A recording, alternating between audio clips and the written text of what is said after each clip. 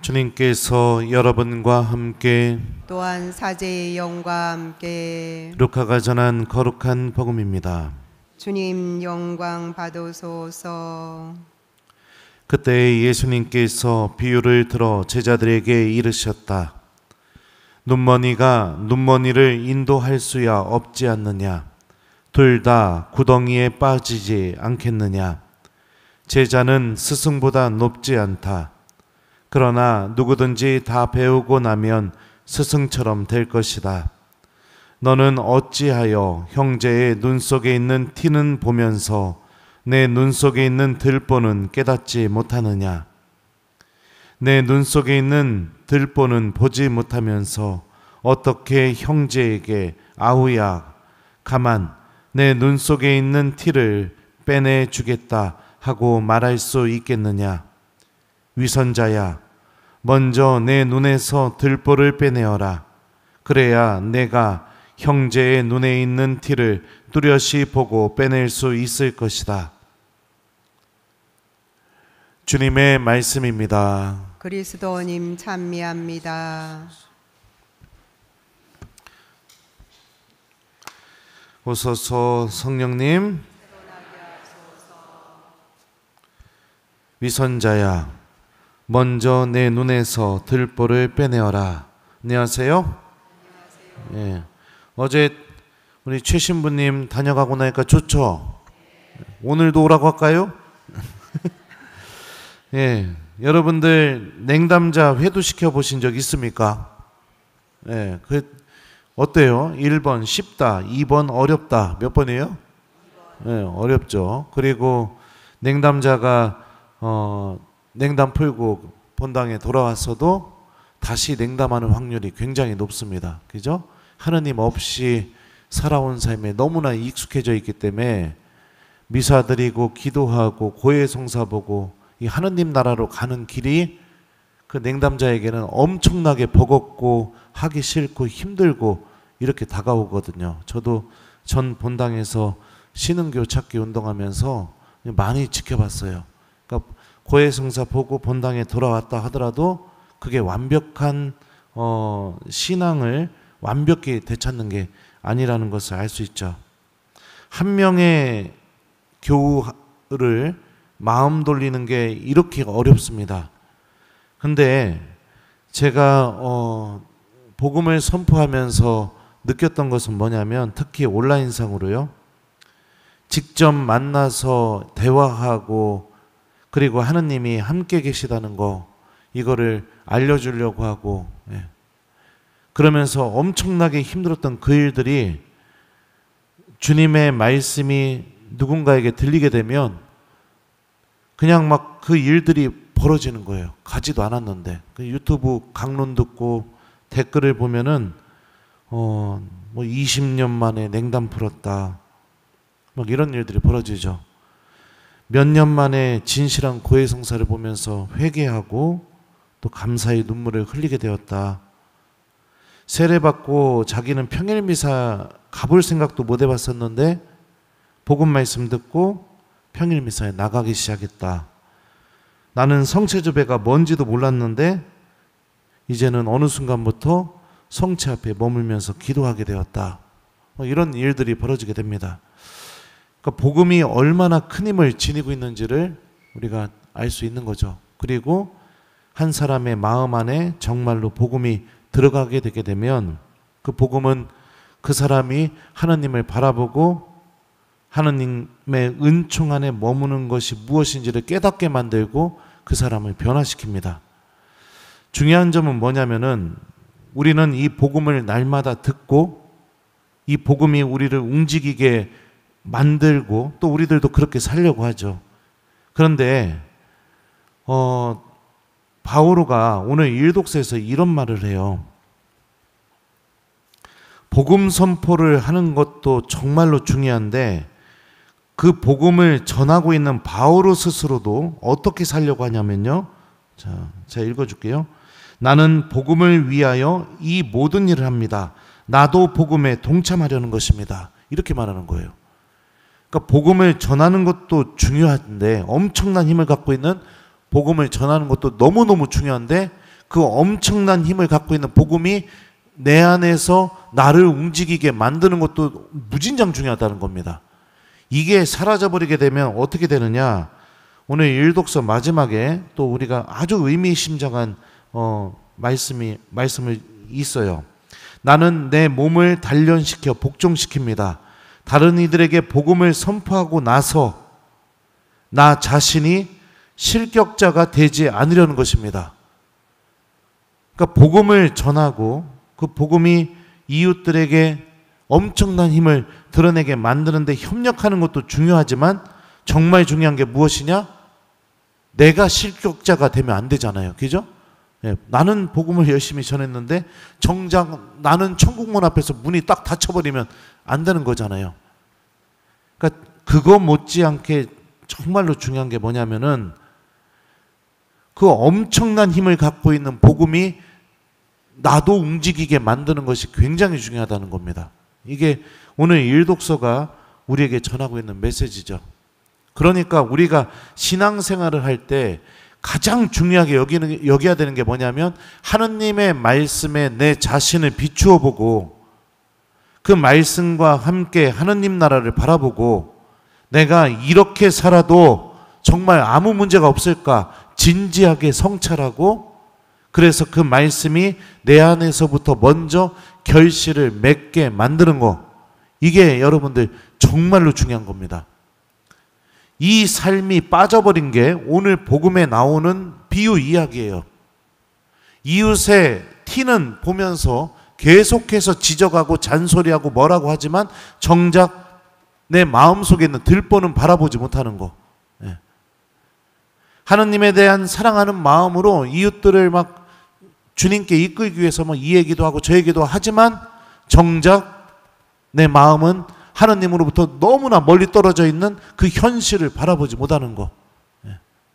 우리가 신앙생활을 하다 보면 자칫 잘못하면 이런 오류에 빠질 수가 있습니다. 그러니 사랑하는 교우 여러분들, 정말로 중요한 것은 먼저 하느님 말씀에 비추어 내 자신을 들여다볼 줄 아는 성찰하는 삶입니다.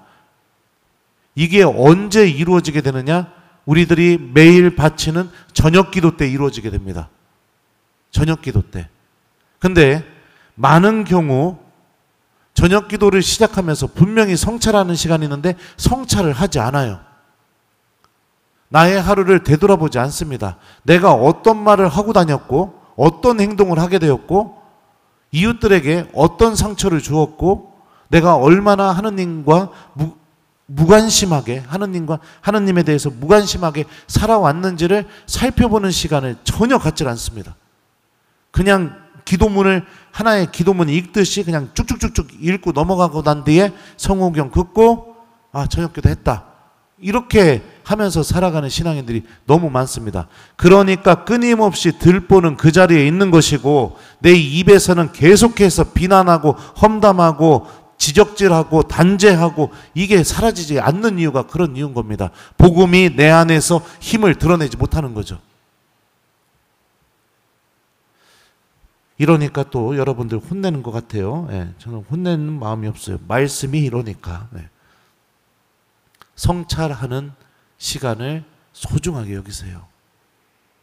어느 순간부터 내 입에서 계속해서 다른 사람들 내가 지적하고 있다면, 불평불만만 쏟아내고 있다면, 남이 잘못했다고만 계속 얘기하고 있다면 여러분들 영적인 표징입니다. 지금 내 마음속에 들보가, 이따만한 들보가 이 안에 가득 차가지고선 하느님이 전혀 보이지 않고 악이 인도하는 대로 자꾸만 그냥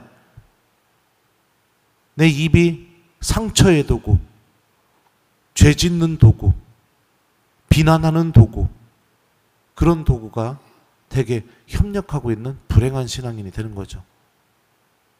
열심히 하느님 믿었는데 실격자가 되면 어떡합니까? 열심히 기도하고 신앙생활 했는데 정작 내가 실격자가 되어 있으면 어떡합니까? 열심히 주님 말씀 듣고 사랑하면서 살았다고 생각했는데 정작 내가 실격자가 되어 있으면 어떡합니까? 예수님께서도 비슷한 말씀하셨죠. 나에게 주님 주님 한다고 모두 하늘나라에 들어가는 것이 아니다. 하늘에 계신 내 아버지의 뜻을 실행하는 사람이야만 들어간다. 그날에 많은 이들이 나에게 와서 주님, 저희가 주님의 이름으로 예언을 하고 마귀들을 쫓아내고 병자들을 고쳐주지 않았습니까? 그때 나는 그렇게 말할 거다. 이 악법을 일삼는 자들아, 나는 네가 누군지 모른다. 내게서 물러가라. 하느님을 믿고도 실격자가 돼버리면 어떡합니까? 그러니 사랑하는 우리 교회 여러분들, 성찰하십시오. 저녁 기도를 아주 중요하게 여기십시오. 저녁 기도 때 생각과 말과 행위로 지은 죄를 내가 생각하는 그 시간을 아주 중요하게 여기셔야 된다는 거죠. 그걸 그냥 책 읽듯이 읽어버리니까 그 다음에 일어나는 일이 뭘까요? 고해성사 때 성사를 볼 거리가 없어요. 하루하루 성찰하는 게 빠져 있어 버리니까. 이따만한 들보가 가려가지고 못 보게 만드는 거예요. 하느님께 가지 못하게 발목을 붙잡고 있는 게 뭔지를 못 보게 만드는 거라고요. 성찰이 빠져버린 신앙생활. 이거는 여러분들 열심히 복음 안에 머물면서 내 자신이 실격자가 되게 할 수 있는 그런 위험을 가지고 있어요. 그러니까 습관을 좀 바꿔봤으면 좋겠습니다.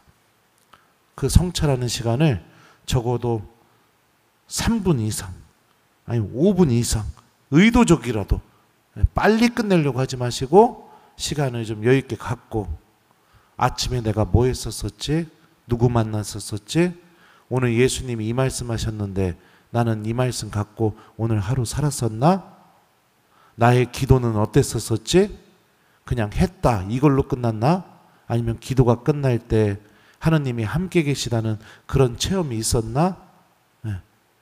이런 것들을 하나씩 하나씩 되돌아보는 시간을 가져보는 게 매우 중요한 겁니다. 이게 여러분들 내 영혼의 들보 빼내기, 실격자가 되지 않기, 하느님의 그 엄청난 힘이 담겨있는 복음이 내 안에서 힘을 드러내는데 협력하는 기, 이 모든 게 성찰을 통해서 나오게 돼요.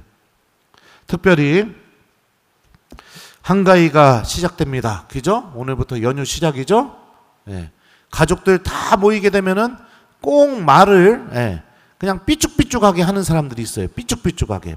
그 사람이 말만 하면 그냥 어쩔 수 없이 웃을 수밖에 없는데 그 말이 너무 막 마음을 건드리고 속을 상하게 하고 그렇게 말하는 사람들이 있다고요. 여러분들만큼은 이번 연휴 때 그런 사람이 되지 맙시다.